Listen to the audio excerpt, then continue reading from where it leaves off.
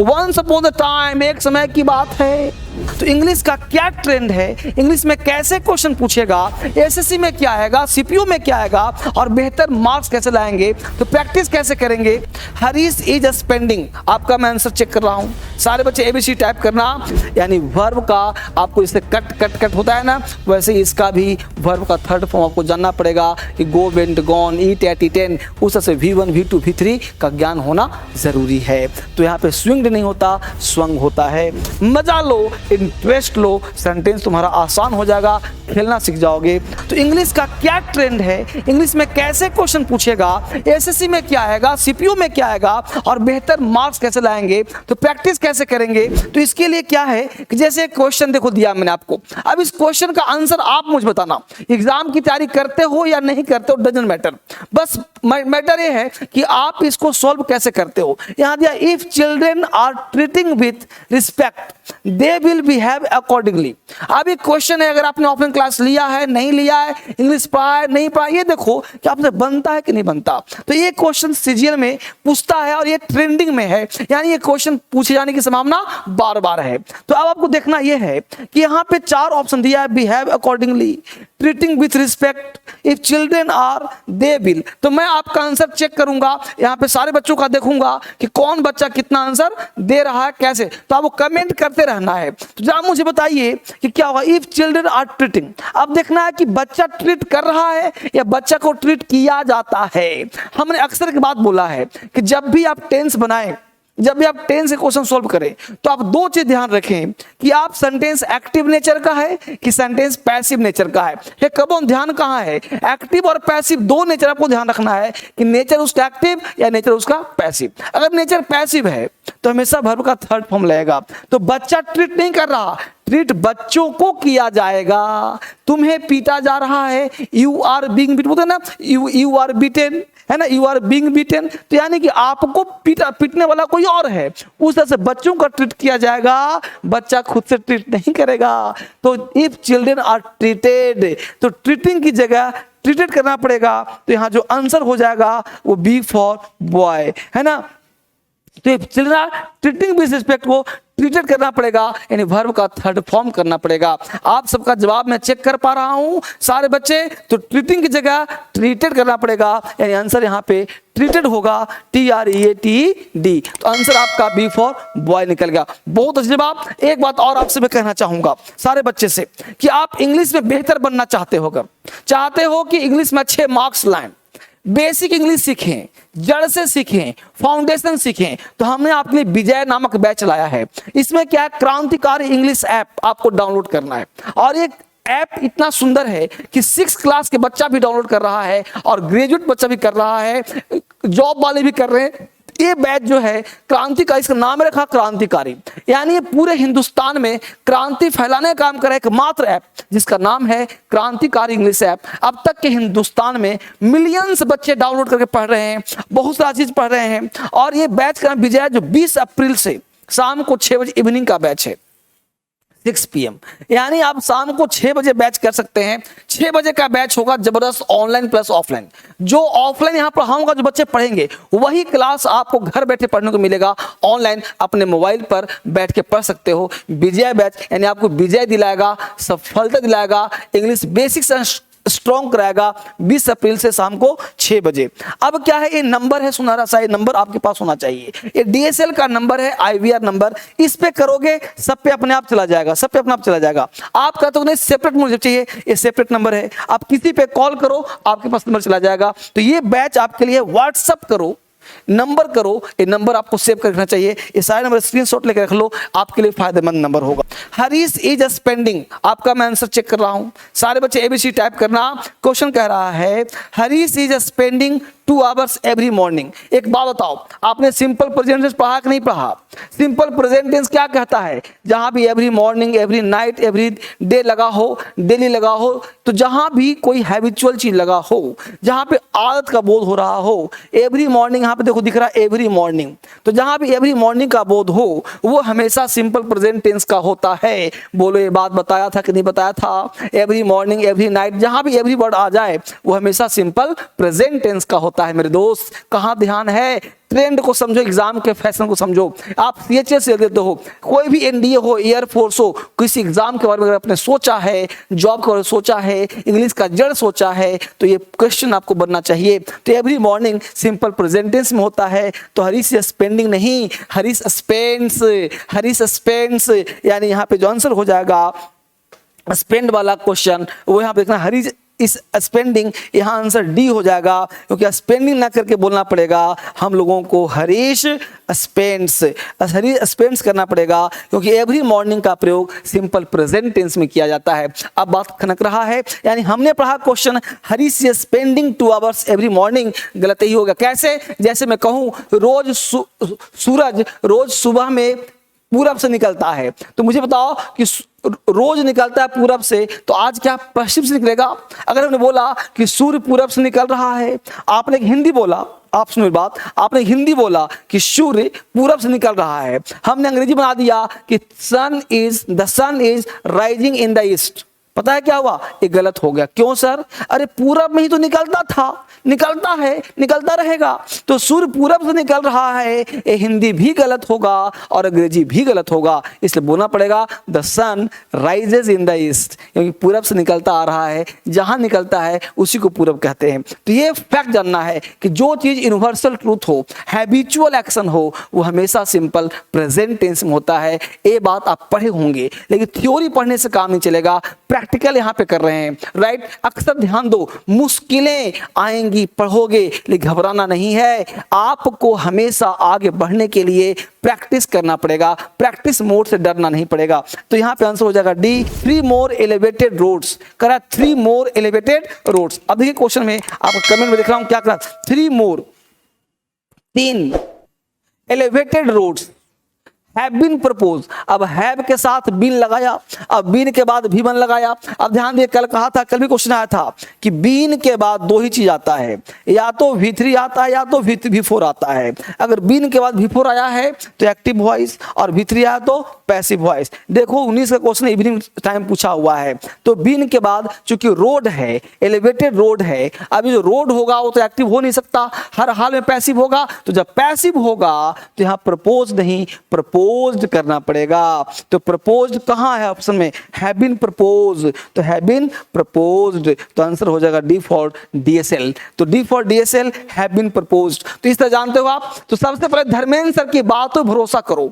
Dharmendra sir जो आपके हैं, जो मैं पढ़ा रहा हूं, तो आपके लिए मैं डेडिकेटेड हूं। एग्जाम का क्लास दे रहा हूं, बेसिक क्लास दे रहा हूं, फाउंडेशन क्लास दे रहा हूं, जड़ से टेंस पढ़ा रहा हूं, जड़ से नाउन पढ़ा रहा हूं। इंग्लिश में कहीं भी डाउट है तो मैं आपके साथ खड़ा मिल रहा हूं, तो इसको जरूर पढ़िए, इसको समझिए, और जैसे बनवाता हूं आप बनाइए। SSC, CGL, CHSL सब एग्जाम में काम आएगा। तो हैव बीन प्रपोज्ड का प्रयोग करिए। Question number 4, we will rest for, जल्दी बताइए फटाफट जल्दी से, वी विल रेस्ट फॉर, सारे बच्चों का मैं आंसर चेक कर रहा हूं, बताइए। We will rest for some time, when we will. अब बताइए यहाँ पे व्हेन वी विल, एक चीज मैं आपको बता रहा हूं, उसको ध्यान रखिएगा, मेरी बात सुनिए। और एक सेंटेंस में कभी भी 2 बार विल का प्रयोग नहीं होगा। अगर एक बार विल यहाँ पे आ गया तो दोबारा फिर से यहाँ पे विल का प्रयोग नहीं होगा मेरे यार, इस बात को समझिए। एक बार अगर विल का प्रयोग कर दिया तो दोबारा विल का प्रयोग नहीं होगा, यही बात आपको समझना है। क्यों सर? अब यहाँ पे विल, अब वेन क्या कहता है वो समझिए। वेन, तो जिस दुनिया का कोई सेंटेंस जिसमें वेन लगा रहे, जिसमें अनटिल लगा रहे, जिसमें अनलेस लगा रहे, है ना, जिसमें व्हेनेवर लगा रहे, जिसमें व्हाटएवर लगा रहे, उनके साथ कभी भी विल या शैल का प्रयोग नहीं करेंगे, यह कंडीशन कहता है। तो यहाँ पे विल का प्रयोग नहीं होगा। तो यही चीज हम लोग को पकड़ना है कि व्हेन वी विल, आंसर हो जाएगा B for boy, when we will का प्रयोग नहीं करना होगा। व्हेन एक कंडीशन को शो करता है, और कंडीशनल सेंटेंस में विल शैल का प्रयोग सेकंड क्लाउज में होता है, फर्स्ट क्लाउज में नहीं होता है। ये बात आपके दिमाग में चला गया होगा, ठीक है। क्वेश्चन नंबर 5 कह रहा है बेटा, you may left, you may left the class. अब देखिए, you may left the class, आपने मॉडल्स का क्लास लिया है। मॉडल्स, मॉडल्स कितने होते हैं जल्दी बोलना, कमेंट करो। मॉडल्स कितने होते हैं? 10। Will, shall, would, should, can, could, may, might, must and ought to. Will, shall, would, should, can, could, may, might, must और ऑट टू। जितने भी मॉडल्स होते हैं ना, सबके साथ वर्ब का फर्स्ट फॉर्म होता है। I will go, I can go, I should go, I must go, I ought to go, I could go, I would go, है ना, सबके सब गो लगा सकते हो, I would go, I could go, I should go, I would go, सब बोलो। तो यहाँ पे बेटा लेफ्ट हो गया वर्ब का सेकंड फॉर्म। तो गलती हुआ कि नहीं? लेफ्ट बना कैसे? लेफ्ट बना है लीव से, LEAV, लीव मतलब छोड़ना। तो यहाँ पे देखिए क्या हो गया, you may left, D answer हो गया। मे इज द मॉडल्स, मॉडल्स के बाद वर्ब का फर्स्ट फॉर्म आता है, ना कि वर्ब का सेकंड थर्ड फॉर्म आता है। तो लेफ्ट यहाँ वर्ब का सेकंड फॉर्म हो गया। यही तो पकड़ना था आपको, ये टेंस के ज्ञान देगा आपको, टेंस का ज्ञान देगा। टेंस पढ़ते हो ना, टेंस से ही आइडिया लगेगा आपको, एक भी क्वेश्चन छोड़ना नहीं है, क्योंकि टेंस का पार्ट है, टेंस का आइडिया है। तो टेंस से ही आपको दिमाग मिलेगा और टेंस ही आपको महान बनाएगा। बिना टेंस के प्रैक्टिस संभव नहीं है। टेंस कर लो, तूफान मच जाएगा, और टेंस ही आपके नींव को स्ट्रॉन्ग कर देगा। आई नेवर मिस, क्वेश्चन अच्छे देखिए क्या कर रहा है भाई, I never miss a cricket match as I am fond of cricket from childhood. छठे कांस बताइए क्या कह रहा है, फटाफट देखिए। कह रहा है आई नेवर मिस, ठीक है। तो आई नेवर मिस, जल्दी बताइए फटाफट आंसर क्या हो सकता है। I never miss cricket match as I am fond of cricket from, सारे बच्चों का कमेंट में दिख रहा हूं, फटाफट देखिए ध्यान से क्या आंसर हो सकता है। ये देखिए आप फटाफट, अब देखिए फटाफट सिंस और फॉर का प्रयोग आप मुझे बताएं कि I never miss a cricket match as I am fond of cricket from childhood. अब बताइए सिंस और फॉर का प्रयोग आपने पढ़ा होगा, चाइल्डहुड मतलब बचपन है और बचपन से ही चीजों कर रहा है। तो मुझे ये बताइए कि सिंस और फॉर का प्रयोग हम कहाँ करते हैं। तो जब भी चाइल्डहुड हो, फ्रॉम का प्रयोग करते हैं फ्यूचर में, राइट, और सिंस का प्रयोग करते हैं पास्ट में। तो यहाँ पे जो सिंस का, जो फ्रॉम का प्रयोग किया है, यहाँ पे आ जाएगा सिंस, यानी सिंस चाइल्डहुड। तो चाइल्डहुड के साथ, नेम ऑफ डे के साथ कोई पॉइंट ऑफ टाइम हो तो यहाँ पे सिंस का प्रयोग किया जाता है। तो यहाँ जो आंसर हो जाएगा हम लोग सी में लगा देंगे आंसर, क्योंकि सिंस का प्रयोग होना चाहिए फ्रॉम के स्थान पे। क्वेश्चन नंबर 7 फटाफट अगला कर रहा है, electric heaters were providing to all the officers at the guest house। Electric heaters were providing, यानी इलेक्ट्रिक हीटर्स जो है हर ऑफिसर्स को गेस्ट हाउस में दिया जाएगा। तो बताइए इलेक्ट्रिक हीटर्स वर, तो इलेक्ट्रिक हीटर दिया जाएगा, तो पैसिव वॉइस ना हुआ बेटा। तो यहां प्रोवाइडिंग हुआ, क्या हो जाएगा, प्रोवाइडेड। क्या हो जाएगा, प्रोवाइडेड। प्रोवाइडेड कहां ध्यान है, कैसे बनेगा क्वेश्चन बताओ।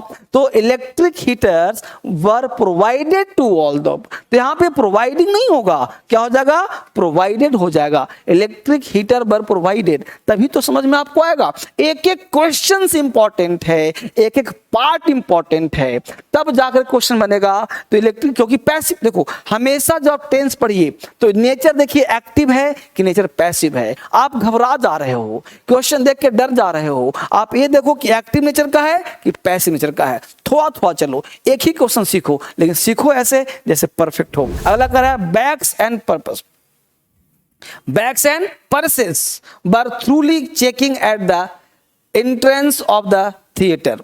अब बताइए यहां पे कि वर थ्रूली चेकिंग, अब देखिए यहाँ क्या है कि बैग्स एंड पर्सेस से आप एक, अब तो आंसर सब बच्चा बनाएगा, आप बनाओ, यस यू आपसे बात कर रहा हूं।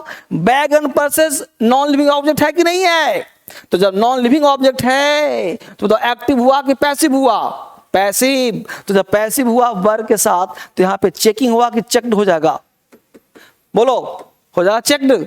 अब समझ आया मुद्दा, तो बड़ा आसान पार्ट है। तो यही चीज आपको पकड़ना है, आंसर ए लगा दो, यही चीज पकड़ना है, नंबर पालो पूरा बढ़िया से। तो ये हर एग्जाम में आपसे पूछा जाएगा, ट्रेंडिंग है टेंस का। तो टेंस का ट्रेंडिंग आजकल ऐसे ऐसे क्वेश्चन टेंस से पूछे जा रहे हैं, आपका ध्यान कहाँ है, कैसे सीखोगे। वंस अपॉन अ टाइम, फटाफट देखो, वंस अपॉन अ टाइम, जल्दी से बोलो बेटा इसका answer, once upon a time.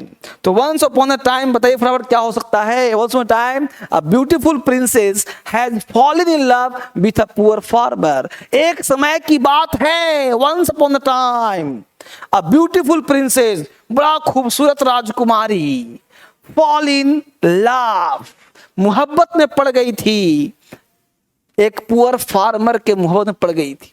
लेकिन यहां लगा दिया has, once upon a time कह रहा है, लगा दिया has. Once upon a time एक समय की बात है, तो एक समय की बात है, नहीं बात कर रहा है पास्ट का, और हैज होता है प्रेजेंट परफेक्ट टेंस में। तो बोलो मामला गंभीर हुआ कि नहीं? तो यहाँ हैज ना क्या हो जाएगा? Had. Once upon a time a beautiful princess had fallen in love with poor farmer। तो यहाँ हैज के स्थान पे हैड का प्रयोग होना चाहिए था। Answer is a. बोलो सही था तुम्हारा। मजा लो, इंटरेस्ट लो, सेंटेंस तुम्हारा आसान हो जाएगा, खेलना सीख जाओगे। द मंकी स्विंग, फटाफट देखो। The monkey swinged on the branches and jumped over the compound wall. जल्दी बताओ फटाफट से। तो द मंकी यहाँ पे क्या कर भाई? स्विंग्ड। अब यहाँ देखिए स्विंग का जो V3 होता है, V2 होता है, बाकी सब तो सही है। जम्प्ड बिल्कुल V2 दिया है, सिंपल पास्ट। तो यहाँ जो स्विंग्ड होता है एक गलत फॉर्मेशन है, इसका होता है स्वंग्ड। यानी आपको जानना पड़ेगा SWUNG, स्वंग। यानी आंसर यहाँ पे यही हो जाएगा। यानी वर्ब का आपको इससे कट कट कट होता है ना, वैसे इसका भी वर्ब का थर्ड फॉर्म आपको जानना पड़ेगा कि गो, वेंट, गॉन, ईट, एट, ईटेन, उस से V1, V2, V3 का ज्ञान होना जरूरी है। तो यहाँ पे स्विंग्ड नहीं होता, स्वंग होता है। I think someone has been picked up my pocket while I was travelling in the metro. जल्दी बताइए यहाँ पे इसका आंसर क्या हो जाएगा? फटाफट आंसर दीजिए, क्या हो सकता है बेटा? तभी आप बेहतर कर पाओगे, तभी आप बेहतर सीख पाओगे। क्या करा? आई थिंक, फटाफट इसका आंसर बताइए क्या हो? I think someone has been, I think someone has been picked my pocket. Someone has been picked my pocket. अब देखिए यहाँ कह रहा है while I was traveling in the metro। तो यहाँ पे अब I was traveling past की बात कर रहा है, तो someone has, अब यहाँ देखना है कि हैज आएगा। जब आप ट्रैवलिंग कर रहे थे तो चोरी किया उससे पहले, तो परफेक्ट का कैसे होगा? पास्ट होगा ना। तो हैज की जगह क्या कर दोगे? हैड। यानी I think someone had been picked my pocket, कोई पॉकेट चुरा लिया था जब आप ट्रैवलिंग कर रहे थे। तो यहाँ पे समवन हैज की जगह हैड होगा। तो आंसर तुम्हारा डी फॉर DSL हो जाएगा। Mister Rao asked, mister Rao asked. अब बताइए यहाँ पे mister Rao asked never asked the newcomer to his office if he will minded working late that day. तो मिस्टर राव आस्क्ड यहाँ पे वर्ब का पास्ट टेंस कह रहा है, तो पास्ट कह रहा है तो पास्ट में विल थोड़े आएगा। अरे विल की जगह वुड ना आ जाएगा बच्चे। तो यहाँ पे क्या हो जाएगा? विल की जगह वुड आ जाएगा। तो यहाँ पे आंसर कर दो डी फॉर DSL। अब सुना यार बात। If India will win this match they will win. अब देखो इफ के साथ कभी विल का प्रयोग नहीं होता, अभी पढ़ा था ना। इफ के साथ, अंटिल के साथ, अनलेस के साथ कभी भी विल का प्रयोग नहीं होगा। Answer B for boy. The construction of the new business, the construction of the new business, जल्दी बताइए फटाफट। The construction of the new business school is led to sudden rise of population in our area. तो जल्दी फटाफट देखिए क्या कर रहा है? The construction. अब गिवन सेंटेंस जो है प्रेजेंट परफेक्ट टेंस का आपको दिखा रहा है। The construction of new business school is led to a sudden rise of population in our area. तो the construction of the new business, नया बिजनेस का जो कंस्ट्रक्शन है स्कूल, अब इज का मतलब अभी की बात कर रहा है, लेकिन बात होना चाहिए किसकी?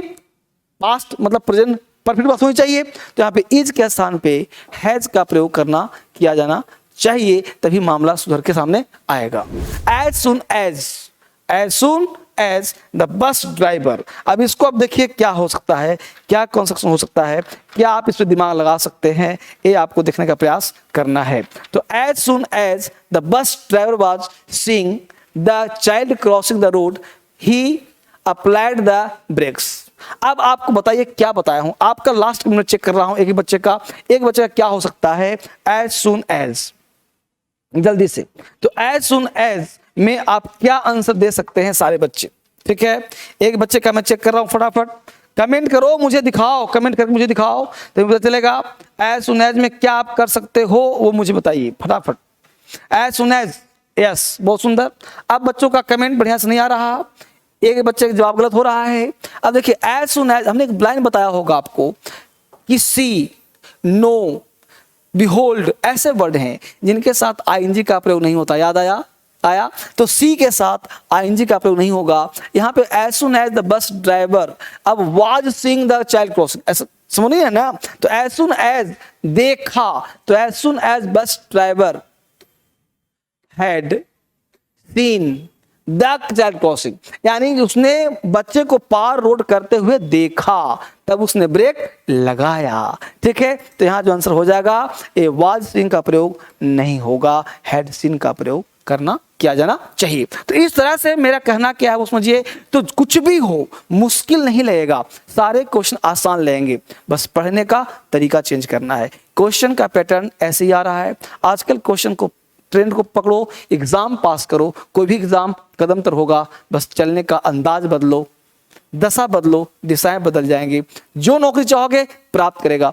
मिलता हूं कल एक नए क्लास में बेसिक के साथ, लेकिन अभी प्रैक्टिस जरूरी है। इसको शेयर कर दो उन दोस्तों के साथ जिनको एग्जाम देना है, बता दो उनको कि प्रैक्टिस भी जरूरी है। तो हर अपने दोस्त को, भाई को, मित्र को, दोस्त को, छोटे को, बड़े को, सबको बता दो और सबको व्हाट्सएप पे शेयर कर दो, फेसबुक पर शेयर कर दो, ताकि हर जगह बच्चा सीखेगा, तभी तो नौकरी लेगा और आगे बढ़ेगा। मिलता हूं कल आपसे नए क्लास में। Thank you very much.